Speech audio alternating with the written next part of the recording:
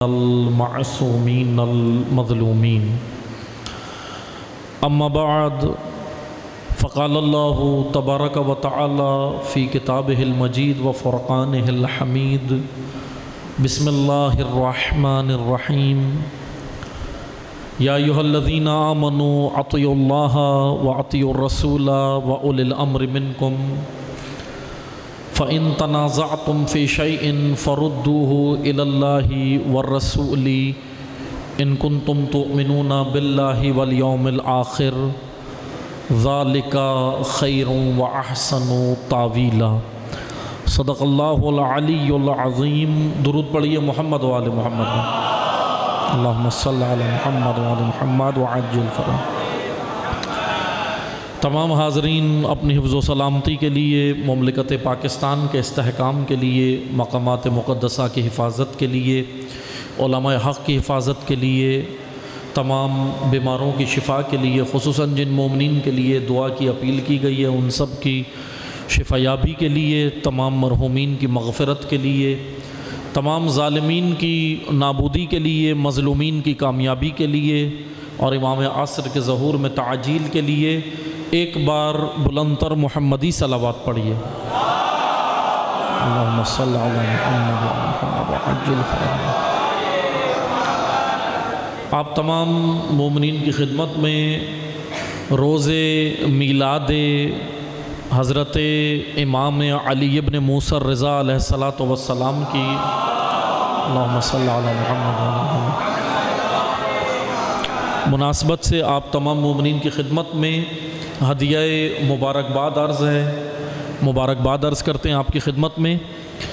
اور 11 ذی القعدہ کے جو آج دن گزرا ہے، بعض مورخین کے مطابق، تواریخ کے مطابق روز ولادت باسعادت، روز میلاد مسعود امام علی رضا علیہ السلام ہے۔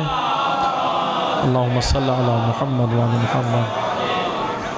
اگرچہ اور بھی تاریخیں امام کے ولادت کے حوالے سے ذکر ہوئی ہیں، لیکن مستند تاریخ جو علماء کے نزدیک جو قرار پائی ہے وہ یہی آج کا دن ہے جو ہم نے آج گزارا ہے۔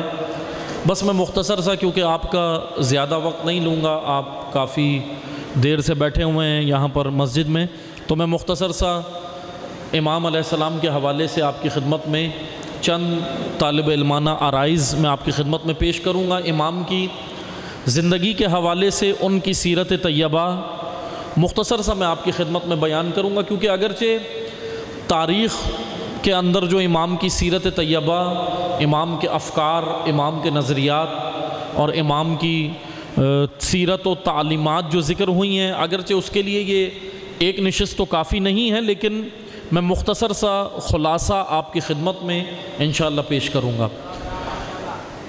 امام علیہ السلام کے حوالے سے کہ میں یہ بچوں کے لیے بتاتا چلوں کہ 8ویں امام ہیں اور سلسلہ امامت کے 8ویں امام ہیں تشیع کے عقائد کے مطابق، اور پیغمبر اکرم صلی اللہ علیہ وآلہ وسلم کے، اللہم صلی علی محمد و آل محمد وعجل فرجہ، جو 12 جانشین امام رسول اللہ نے اپنے 12 جانشین جن کو ائمہ اثنا عشر کہا جاتا ہے، وہ جو پیغمبر اکرم نے نام لے کر مقرر کیا اور بتایا کہ میرے 12 جانشین یہ ہوں گے، اس میں سے 8ویں امام علی ابن موسیٰ الرضا علیہ السلام ہیں، اور انہی کا آج روز میلاد ہے۔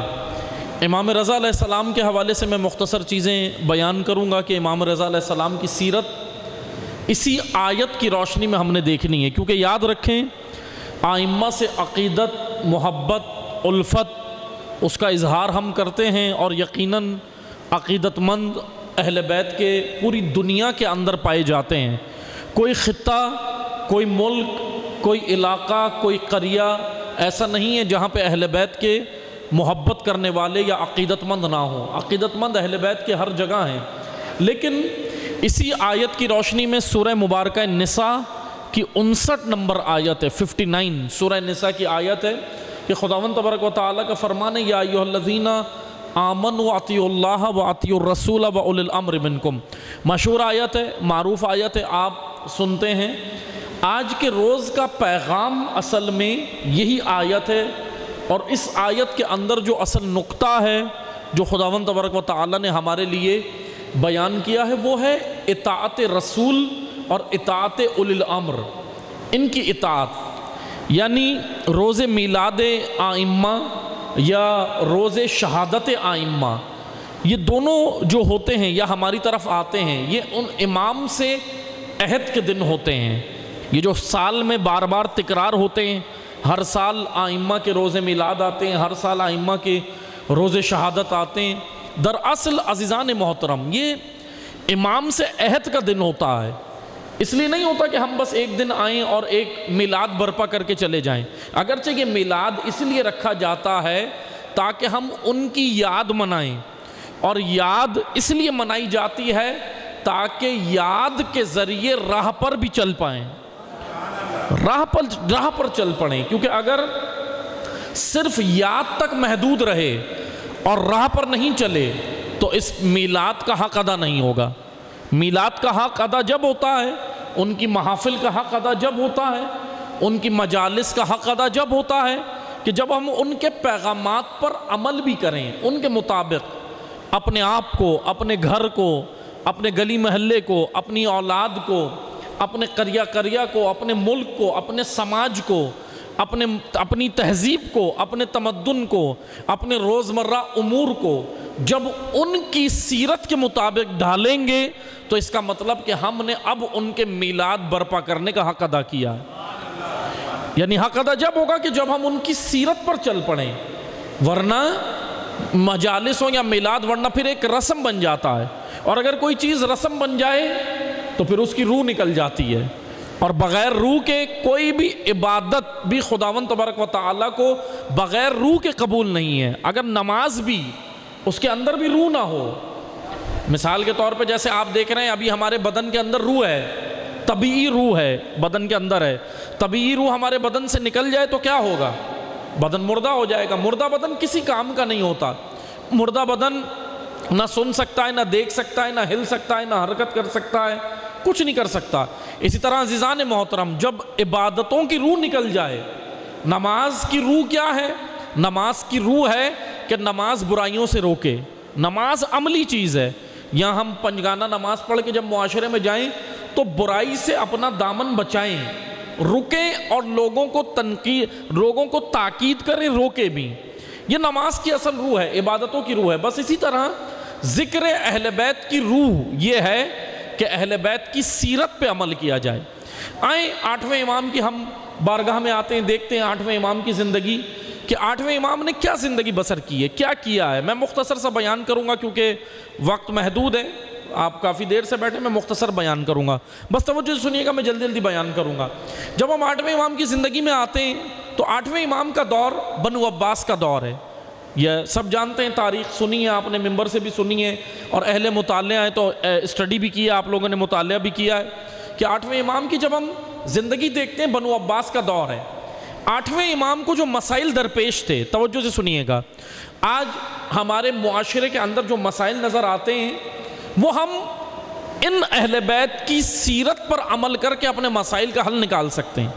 یعنی یاد رکھیں، ہمارے مسائل کا حل کہیں نہیں ہے سوائے در اہل بیت کے، در اہل بیت کے علاوہ کہیں نہیں ہے۔ ہم کہیں بھی چلے جائیں، مسائل کا حل لے کر جاتے رہیں اور ادھر ادھر اپنا سر جھکاتے رہیں، ادھر ادھر اپنا سر دھنتے رہیں، مسائل کا حل ڈھونڈتے رہیں، نہیں ہے سوائے در اہل بیت کے۔ اب اہل بیت نے تو مسائل کا حل دیا ہے، لیکن سوال یہ بنتا ہے کہ کیا میں اہل بیت سے وہ حل لے رہا ہوں؟ یہ ہم نے دیکھنا ہے۔ کیا میں اس طرح جڑ گیا ہوں؟ یہ ہم نے چیک کرنا ہے۔ بس عزیزان محترم، امام کے دور میں جب ہم آتے ہیں 8ویں امام کے دور میں تو بنو عباس کی حکومت ہے۔ بنو عباس 6 امام کے دور میں برسر اقتدار آئے، حکومت ان کی اتنی مضبوط نہیں تھی، برسر اقتدار آئے، نئی نئی حکومت تھی۔ اب آنے کے بعد تشیع کے اندر 2 مسائل تھے، یعنی جب امام رضا علیہ السلام نے منصب امامت سنبھالا ہے 7ویں امام کی شہادت کے بعد، اپنے جد کی شہادت کے بعد جب منصب امامت 8ویں امام نے سنبھالا ہے تو دور ہمیں یہ معاشرہ سمجھنے کی ضرورت ہے کہ کیا معاشرہ تھا۔ معاشرہ اس طرح تھا کہ اندرونی اور بیرونی دونوں مسائل امام کے اوپر تھے، حتیٰ کہ صرف امام رضا ہی نہیں، ہر امام کے ساتھ یہ مسائل رہے ہیں۔ تشیع کے انٹرنل ایشوز اور ایکسٹرنل، بیرونی اور اندرونی دونوں مسائل تھے۔ یعنی میں اگر اور سادہ زبان میں سمجھانے کے لیے کہوں، تشیع کے اندر داخلی مسائل وہ امام کے دور میں ہیں ہمیں جو نظر آتے ہیں، اور امت اسلامیہ کے بیرونی مسائل، یعنی ایک پوری امت بحیثیت امت، امام رضا علیہ السلام نے بحیثیت امت کا دفاع کیا، تعلیمات رسول اللہ کا دفاع کیا، اور امت کے اندر وحدت کو برقرار رکھا۔ یعنی یہ یاد رکھیں، اتحاد امت امام رضا سے سیکھیں کہ کس طرح امام رضا کی حکمت کیا تھی وحدت امت کے لیے، امام رضا کی سیرت کیا تھی۔ یعنی ہر امام نے، اور بالخصوص جب ہم امام رضا، کیونکہ آج امام رضا کا دن ہے اس لیے ہم امام رضا کی بات کریں گے، امام رضا علیہ السلام کا دور جب ہم دیکھیں تو کیا حکمت امام رضا نے اپنائی۔ میں آپ کو چھوٹی سی مثال دیتا ہوں، توجہ سے سنیے گا۔ میں اس وجہ سے یہ مثال دے رہا ہوں کہ جیسے ہمارے بعض لوگوں کے ذہن میں ہوتا ہے نا کہ ہم اتحاد کیوں کریں، ہم وحدت کیوں کریں، دوسرے مسلمان فرقوں کے ساتھ مل کے کیوں رہیں، اٹھتا ہے نا یہ سوال، جوانوں کے ذہن میں بھی اٹھتا ہے، بعض لوگوں کے اکثر ذہنوں میں اٹھتا ہے، باہر دوسروں کے ذہن میں بھی اٹھتا ہے، دوسرے فرقے والوں کو بھی اٹھتا ہے، تشیع کے ذہن میں بھی یہ سوال اٹھتا ہے۔ تو ہم سیرت ائمہ دیکھیں کہ اس وحدت امت میں ہمارے ائمہ کا کردار کیا ہے، اور کیوں امت کے اندر وحدت و اتحاد ضروری ہے۔ کیونکہ اگر یہ وحدت نہیں ہوئی، اتحاد نہ ہوا، تو یاد رکھیں کہ ہم امام کی سیرت کو ترک کریں گے اگر وحدت امت نہیں کی۔ آئیں دیکھیں، جب امام رضا علیہ السلام امامت سنبھالتے ہیں، ہوتا کیا ہے؟ امام کے دور میں جو خلیفہ بنو عباس برسر اقتدار ہے، ہارون رشید بھی تھا، اب اس کے بعد اس کا بیٹا مامون رشید برسر اقتدار آتا ہے۔ مامون ظاہری طور پہ اپنے آپ کو محب اہل بیت ثابت کرتا تھا، یعنی ظاہری طور پہ میں اگر مختصر سی زبان میں کہوں تو یاد رکھیں، بنو امیہ اور بنو عباس دو بڑے جو ہے یہ خاندان اقتدار میں آئے ہیں اہل بیت کے زمانے میں، ائمہ اثنا عشر کے زمانے میں۔ بنو امیہ نے کھل کے اہل بیت کے ساتھ دشمنی کی ہے، جو تاریخ میں موجود ہے، اب یہ تاریخ ہے، تاریخ کہہ رہی ہے۔ لیکن بنو عباس جب برسر اقتدار آئے، جب حکومت میں آئے، تو وہ نام اہل بیت کا لے کر آئے، یا میں اگر اور سادہ زبان میں سمجھاؤں، جھنڈا اہل بیت کا اٹھایا تھا بنو عباس نے اقتدار میں آنے کے لیے۔ بہرحال دو چیزیں ہوتی ہیں نا، جھنڈا اور ایجنڈا۔ جھنڈا اہل بیت کا تھا، ایجنڈا اہل بیت کا نہیں تھا۔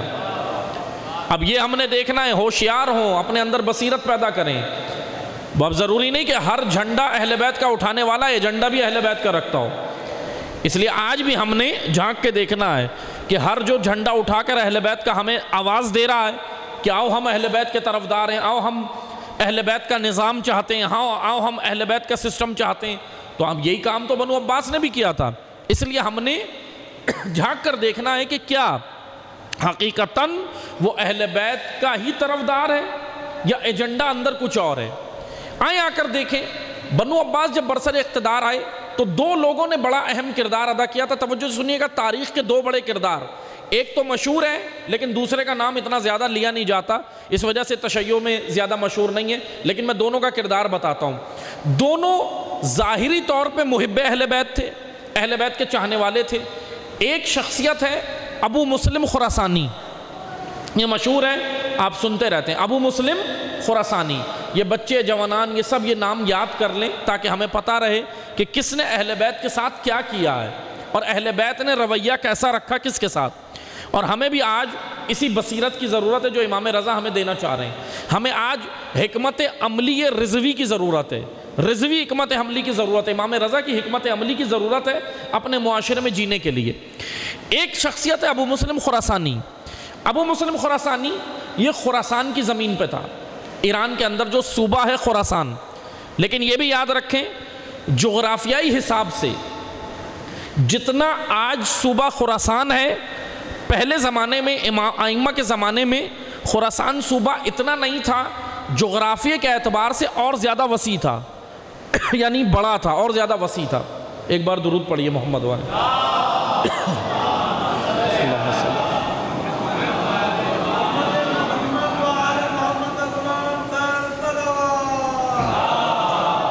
اللہم صلی علی محمد وعلی۔ ابو مسلم خراسانی خراسان کی زمین پہ تھا، یعنی ایران کی زمین پہ۔ ایران خراسان کہلاتا تھا اس وقت، یعنی بہت بڑا خطہ تھا، اور آج جو خراسان صوبہ ہے وہ جغرافیائی حساب سے ذرا کم کر دیا گیا ہے، ورنہ پہلے کے زمانے میں زیادہ تھا۔ دوسری شخصیت، یہ پہلی شخصیت کا نام یاد کر لیں، ابو مسلم خراسانی۔ دوسری شخصیت ہے ابو سلمہ خلال، یہ تھا عراق کی زمین پر، بغداد، عراق، آج جو عراق کا کیپٹل اور دارالخلافہ ہے بغداد، بغداد کی زمین پر ابو سلمہ خلال تھا، ایران کی زمین پر ابو مسلم خراسانی تھا۔ دونوں نے نعرہ اہل بیت کا لگایا تھا، کیونکہ دونوں یہ دو بڑی شخصیات وہ ہیں جو بنو عباس کو اقتدار میں لائیں تھی۔ ایک بار اور صلوات کرو۔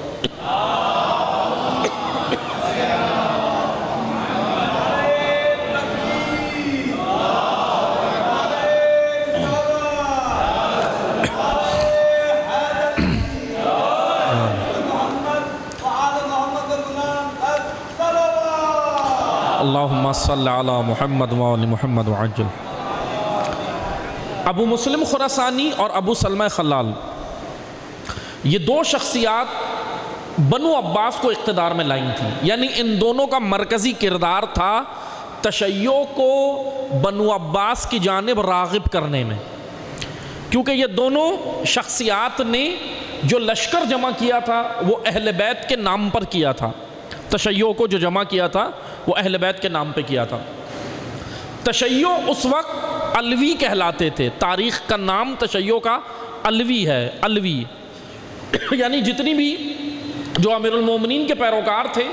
اب بہرحال ابھی میرے پاس وقت نہیں ہے، ورنہ تشیع کی کیٹیگریز بیان کرنی تھی، انشاءاللہ پھر کسی موقع پر اگر موضوع ہوا یا اللہ تعالیٰ نے توفیق دی آپ کی خدمت میں آنا ہوا تو میں بیان کروں گا۔ تشیع کی اقسام یہ میں نے نہیں کی، تاریخ نے بیان کی ہیں کہ تشیع کی کیٹیگریز۔ ایک تشیع میں مختصر سی بتا دیتا ہوں، کبھی وقت ہوگا تو پھر ڈیٹیل سے بتاؤں گا، ابھی مختصر سے بتا دیتا ہوں۔ ایک تشیع شروع سے بعد پیغمبر اکرم حضور کی رحلت کے بعد، ایک تشیع تاریخ میں وہ رہا ہے جو امیر المومنین کو مانتا تھا اور شروع کے دو خلفاء کو بھی مانتا تھا۔ یہ میں کیٹیگریز بتا رہا ہوں تشیع کی، اس لیے اگر ہمیں کیٹیگریز سمجھ آ گئی نا تشیع کی تو پھر ہمیں کوفہ بھی سمجھ آ جائے گا، بصرہ بھی سمجھ آ جائے گا، اور کربلا صرف 72 کیوں آئے یہ بھی سمجھ آ جائے گا۔ یہ جو ہم پریشان ہوتے ہیں نا، جو بعض لوگ بلیم لگا دیتے ہیں کہ کوفہ کے شیعوں نے امام حسین کو مارا ہے، وہ میں نے محرم میں یہاں بیان بھی کیا تھا، کوفہ کی ہسٹری مختصر سی بیان کی تھی، لیکن توجہ سے سنیے گا۔ تشیع کی کیٹیگریز تھیں۔ ایک تشیع وہ تھا جو امیر المومنین کو بھی مانتا تھا، امیر المومنین کی امامت کا قائل تھا، لیکن شروع کے دو خلفاء کو مانتا تھا، یعنی تیسرے خلیفہ کو نہیں مانتا تھا۔ ایک کیٹیگری وہ تھی تشیع کی تاریخ میں۔ دوسری کیٹیگری تشیع کی وہ تھی جو امیر المومنین کو بھی امام مانتا تھا اور تینوں خلفاء کو بھی برسر اقتدار جو آئے ان کو بھی اقتدار میں مانتا تھا۔ یہ تاریخ ہے۔ اور ایک کیٹیگری تشیع کی وہ تھی، جیسے آپ سنتے ہیں نا تشیع کی کیٹیگری سنتے ہیں نا، اس وقت تاریخ کے اندر تشیع شیعہ عثمان، شیعہ علی، اس طرح نام لیے جاتے تھے باقاعدہ، یعنی جناب خلیفہ سوم حضرت عثمان کے پیروکاروں کو بھی شیعہ کہا جاتا تھا اس وقت تاریخ میں، یعنی تاریخی نام، یعنی ان کو کچھ اور نام نہیں دیا جاتا تھا، بریلوی نہیں کہا جاتا تھا، دیوبند نہیں کہا جاتا تھا، اہل حدیث نہیں کہا جاتا تھا۔ اہل حدیث کب بنے؟ وہ بہت بعد میں جا کے فرقہ بنا، امام احمد ابن حنبلی کے جو پیروکار نکلے پھر وہ بہت بعد میں بنا، لیکن شیعہ عثمان، شیعہ علی، شیعہ معاویہ، اس طرح کیٹیگریز تھیں تشیع کی۔ لیکن توجہ سنیں، اب تشیع کی جو مختصر کیٹیگریز تھیں اس میں ایک بار درود پڑھیے گا محمد والے۔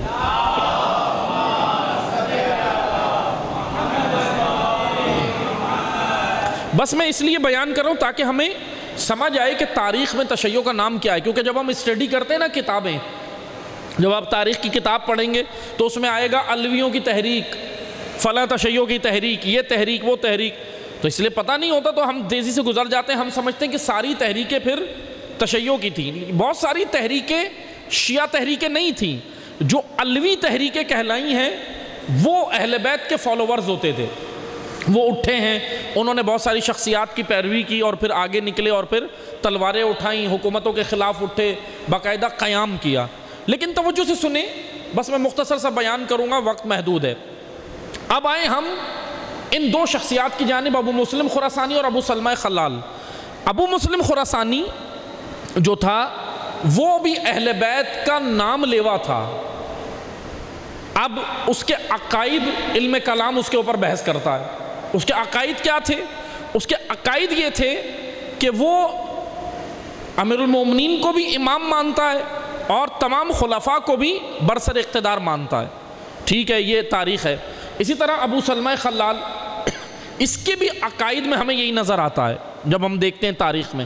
اب یہ دونوں شخصیات جو علوی تشیع تھا، یعنی جو صرف امیر المومنین کو بعد پیغمبر اکرم خلیفہ بلا فصل جو مانتا تھا وہ علوی کہلاتے تھے۔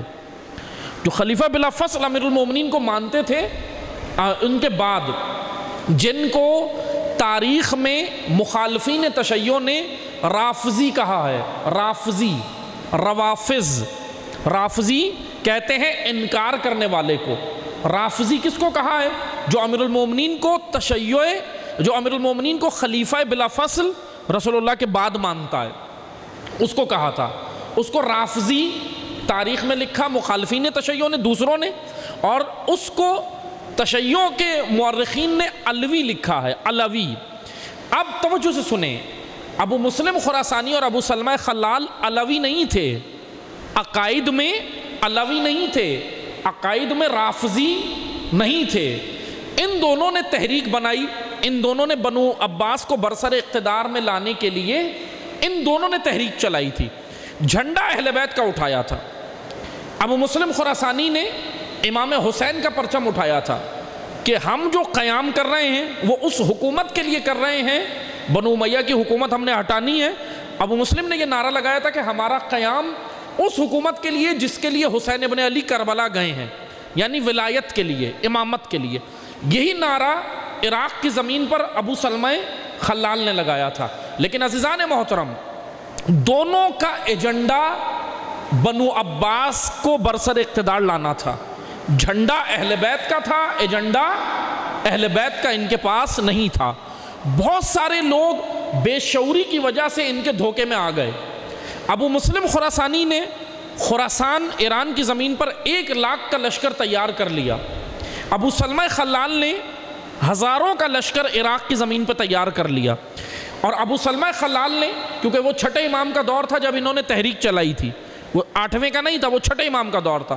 ابو سلمہ خلال نے چھٹے امام کو خط لکھا کہ آپ ہمارے اجلاس، اس نے رکھا تھا ابو سلمہ خلال نے مکہ کے اندر ابوا کے مقام پر۔ ابوا وہ مقام ہے جہاں پہ پیغمبر اکرم کی والدہ معظمہ کی رحلت ہوئی تھی، انتقال ہوا تھا، وفات پائی تھی حضور کی والدہ معظمہ جناب حضرت آمنہ سلام اللہ علیہ، ان کی وہاں پر وفات ہوئی تھی ابوا کے مقام پر۔ ابوا کے مقام پر ابو سلمہ خلال نے اجلاس رکھا تھا اور چھٹے امام کو دعوت دی۔ اب سنیں، تشیع اگر ہر زمانے میں اپنے امام کی اطاعت سیکھ لے تو تشیع کو کوئی بھی جھنڈا ایجنڈا دھوکہ نہیں دے سکتا۔ اگر اطاعت سیکھ لے، محبت کے ساتھ ساتھ اگر اطاعت سیکھ لے، لیکن مشکل یہ رہی کہ بے شعور تشیع، جن میں شعور نہیں تھا، ہمیشہ وہ کسی نہ کسی جھنڈے کے پیچھے چل جائے، ہمیشہ رہا ہے اور آج تک یہ ہے۔ آپ دیکھ سکتے ہیں اپنے معاشرے میں آج تک ہے۔ یہی وجہ تھی عزیزان محترم کہ ائمہ تنہا ہو جاتے تھے، ائمہ تنہا ہو جاتے تھے۔ ائمہ جو خود اللہ نے جن کو حاکم بنایا تھا، ائمہ برسر اقتدار نہیں آ سکے، سوائے امیر المومنین کے 3 سال اور چند ماہ حکومت کے، باقی کوئی امام حکومت نہیں کر سکا۔ کیا وجہ تھی؟ ائمہ میں کمی تھی معاذ اللہ؟ کسی امام میں کمی تھی؟ نہیں۔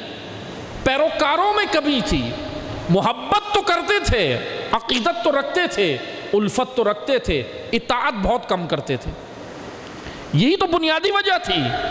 آج آئیں دیکھیں، ابو سلمہ نے جب چھٹے امام کو خط لکھا، امام کے پاس خادم آیا، آ کر کہنے لگا مولا ابو سلمہ خلال کا خط آیا ہے بغداد سے، عراق سے۔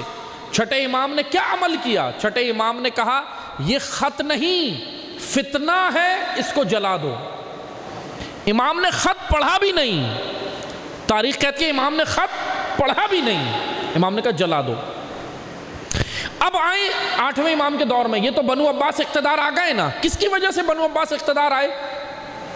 بے شعور پیروکاروں کی وجہ سے، اطاعت نہیں کرتے تھے، اور بعض لوگ اگر اطاعت کرتے بھی تھے ائمہ کی تو شعور نہیں تھا۔ اس لیے چھٹے امام کہہ رہے تھے کہ میرے پاس 17 حقیقی شیعہ نہیں ہے کہ میں اپنے حق کے لیے قیام کروں۔ یعنی ہزاروں شاگرد تھے، ہزاروں چاہنے والے تھے، 1 لاکھ کا لشکر ابو مسلم خراسانی لے گیا، ہزاروں کا لشکر ابو سلمہ خلال لے گیا، چھٹے امام کے پاس 17 نہیں تھے، 17 المیہ ہے نا۔ کیا وجہ تھی؟ اطاعت۔ بس مختصر سے سنیں، میں 2 جملوں میں عرض کر کے گفتگو کو سمیٹ رہا ہوں۔ اب آئیں 8ویں امام کے دور میں۔ 8ویں امام کے دور میں تشیع کے اندر جو فرقے 4تھے امام کے دور سے بننا شروع ہوئے تھے، 8ویں کے دور میں فرقے تشیع کے اندر جو تھے، جو حکومت نے بنائے تھے، کیونکہ یاد رکھیں تشیع کے اندر جب بھی فرقے بنے ہیں وقت کی حکومتوں نے انہیں سپورٹ کیا ہے، ہر دور میں، چاہے بنو عباس ہو، بنو امیہ ہو، پھر اس کے بعد دیگر حکومتیں آئی ہوں، اور آج تک حکومتوں نے ان فرقوں کو سپورٹ کیا ہے جو حقیقی تشیع کے مقابلے میں بنے ہیں۔ اور باقاعدہ بعض مقامات پر بعض تاریخ تو یہ کہتی ہے کہ تشیع کے اندر فرقے بنائے ہی حکومتوں نے تھے۔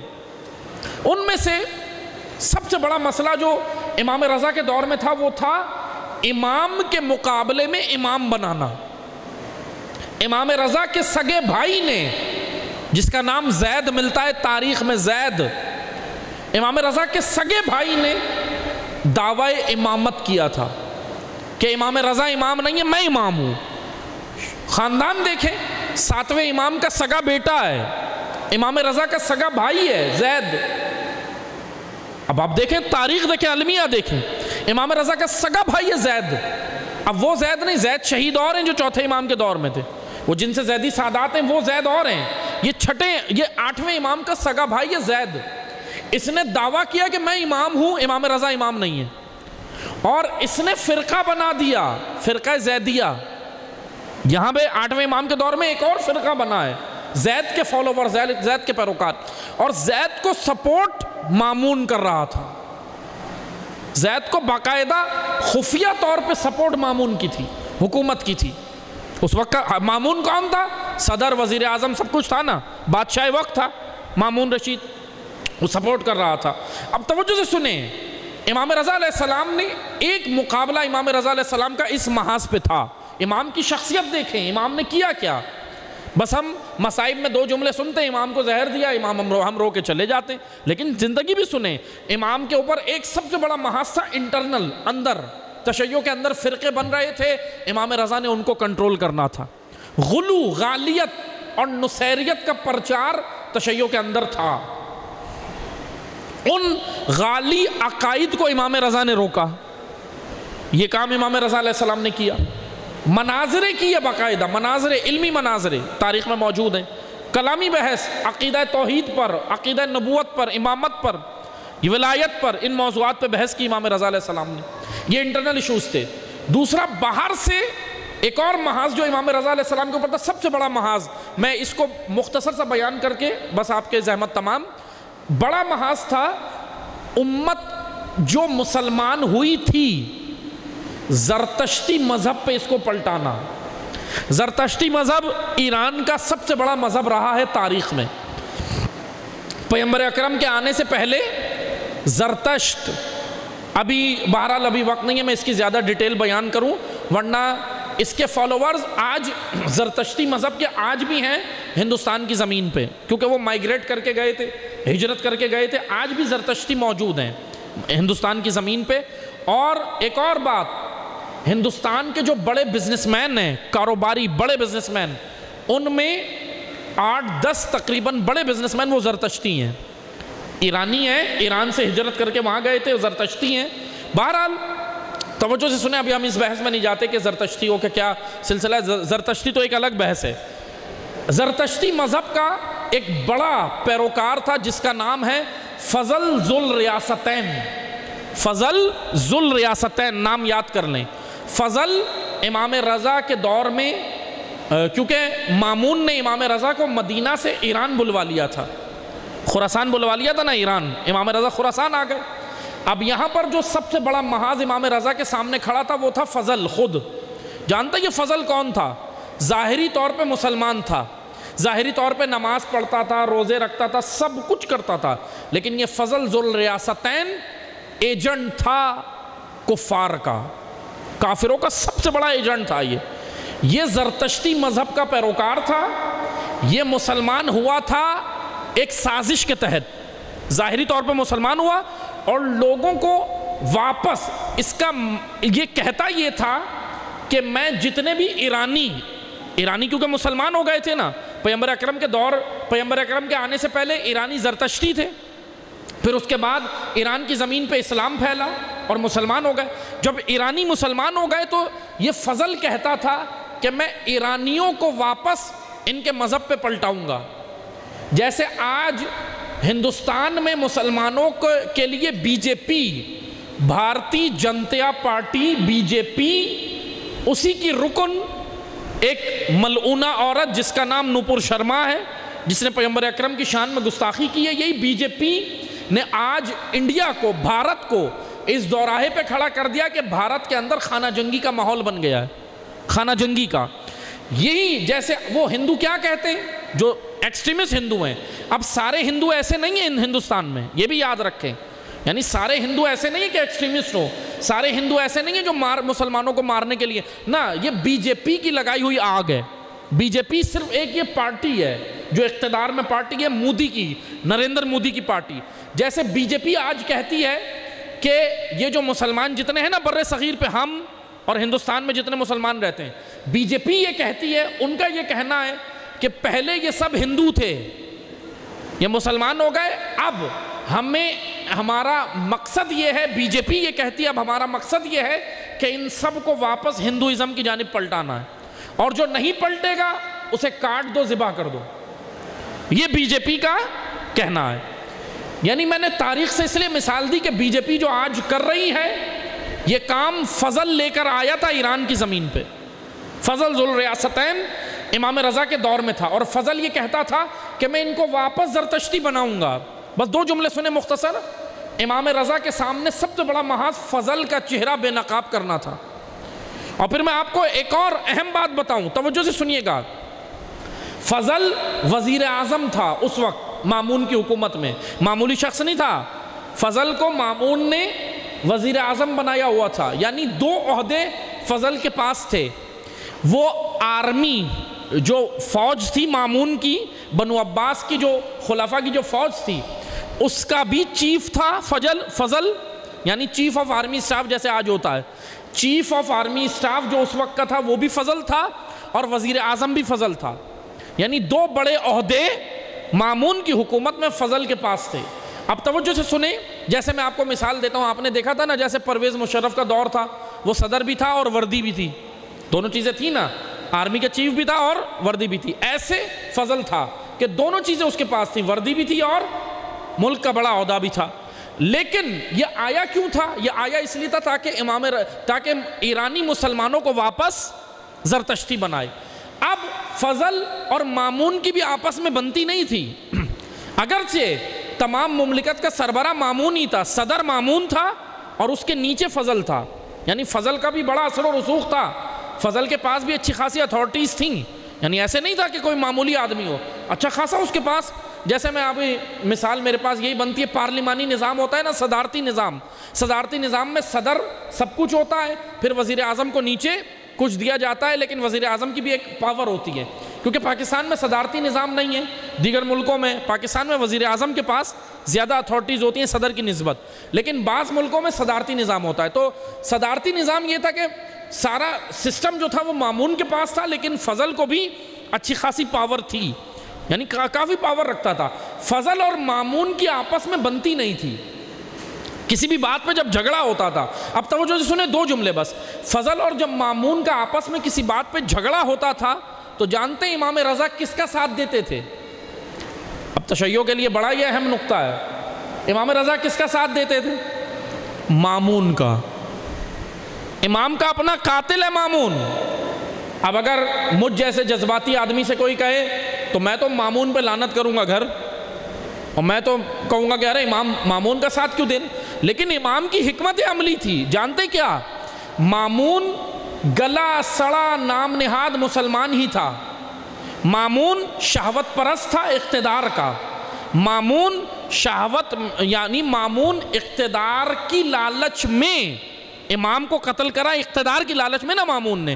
مامون نام نہاد مسلمان ہی صحیح، لیکن مامون لوگوں کو واپس کافر بنانا نہیں چاہتا تھا، وہ صرف اپنے آپ کو اقتدار میں رکھنا چاہتا تھا، اور امام رضا سے کہتا تھا آپ بھی خاموش رہیں، میرے انڈر میں رہیں، یہ چاہتا تھا وہ۔